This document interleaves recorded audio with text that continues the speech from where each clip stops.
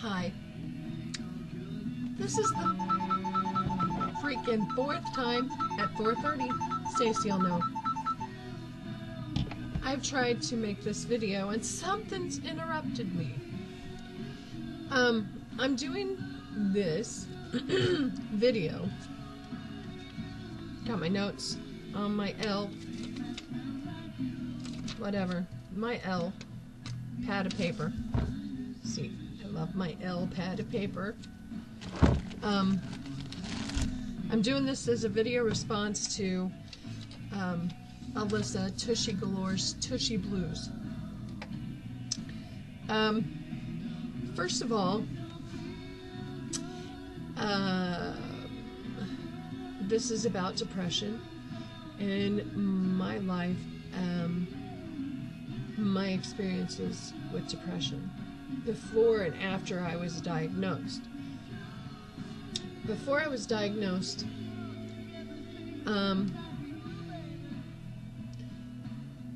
of course my illness struck me too, which caused me to be depressed. So when I first started getting depressed, I remember my body starting to ache, and just parts of my body, like my neck would be so tense, and I would wake up with like my fist like this and my teeth gritted, like I'd wake up like that. Because you're so tense, your body is just, I didn't understand what was happening.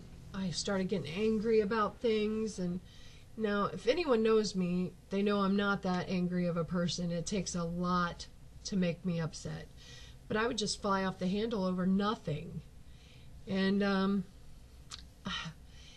I didn't understand what was going on, you know? I mean, it was one of those things where you're sitting there and you're like, what's happening to me?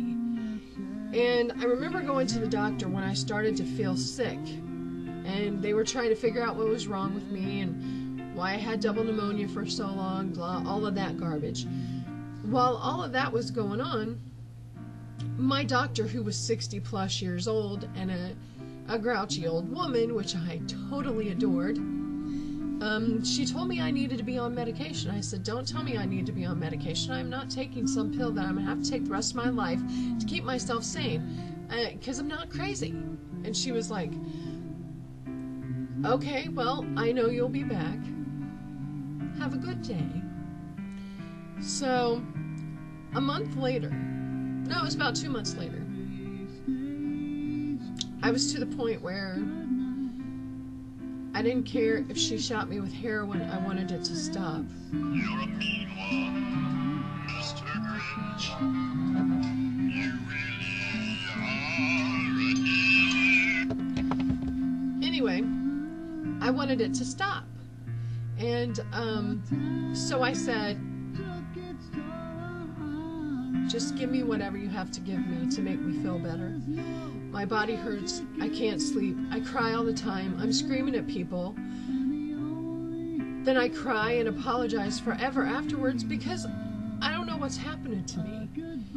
And she said, you're depressed and you have a lot of stuff going on right now. Your body's sick. Your mind's sick. You don't know how to deal with anything. And your body can't deal with it. So she started me on a drug called Cymbalta, which helped me for a while. And then it stopped helping me.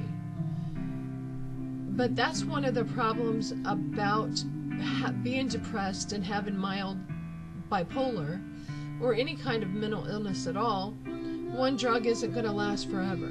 It's going to eventually stop working. And I think that's one of the biggest struggles that I have with it, because right now I'm on a drug called Cymbalta. Right here. Cymbalta, 60 milligrams a day, and I really think that it's not working anymore. I find that I'm numb to a lot of everything, you know? I mean, it's not like I don't have any feelings at all, because I do, and I am still compassionate. but I'm afraid that it's going to take some of that away, because I was talking to Justin, Sugar, and Lance last night, I think, and you know, he's going to be my future husband, by the way. We were talking about Cymbalta and it making you numb, and I said, you know, I think I've noticed that a lot about myself, because when I used to watch Little House on the Prairie, I used to cry, like if something was really sad, and now I don't care. And I don't want to be that person that don't care and that isn't compassionate. And I know that it's just Little House on the Prairie, okay? I mean, I know. But I don't want something to totally take my compassion away from me, to where I'm just numb all the time. So this is struggles that I have with my depression and medication. So I'm going to be going to the doctor and hopefully going to get that fixed with my medication. Another thing I wanted to tell you was, when someone calls it a happy pill, it pisses me off, because it doesn't make me happy. It makes me level, normal. And even at that, sometimes it don't make me normal. You know, when you have mental illness, it's like a Russian roulette game with the medication, with anything, because you don't know how you're going to feel from day to day. If your medicine stops working, you have to try something new, and then you're going to have to go, you know, up and down off the scale again, which I'm not looking forward to. And Cymbalta is really hard to come off of. So I'm really stressed about that. I found that some things that help me are, what you hear in the background is music. Music. The band is Enough's Enough, or / the lead singer, Donnie V. They've helped me through a lot of my depression. I listen to a lot of music to help me, because if I didn't listen to music, I really don't think I'd be alive. I know so much about the 80s, because in that time in my life, I was so depressed that all I could do was focus on the 80s, you know.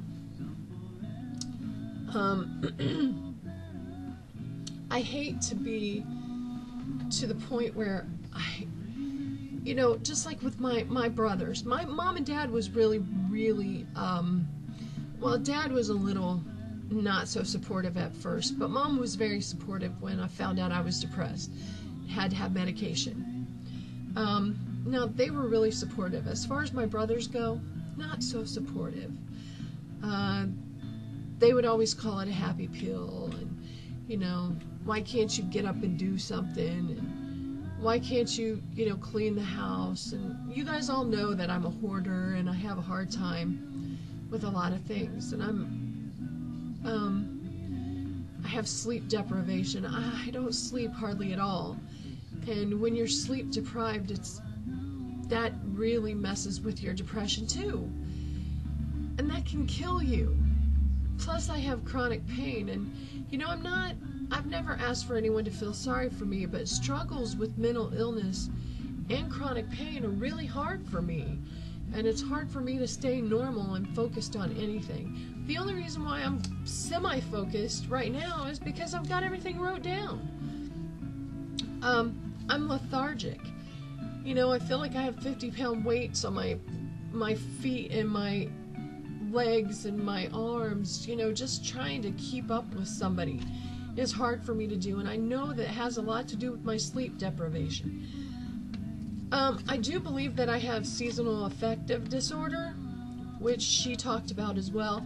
I love the sun. The sun does make me feel better, and when it's really gloomy outside, I'm not good.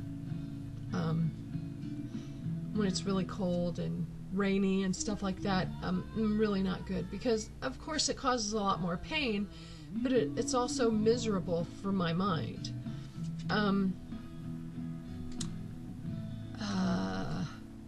Oh, another thing, before I have to go, which is almost time, trying to explain this to somebody who doesn't know how you feel, it doesn't work. So one thing that I did was I tried to focus on things that made me happy, and I listened to music. So if anyone has any questions or anything about depression, please message me. If you need anything, message me. Elissa, I love you. And if you need me, I'm here. I love you all.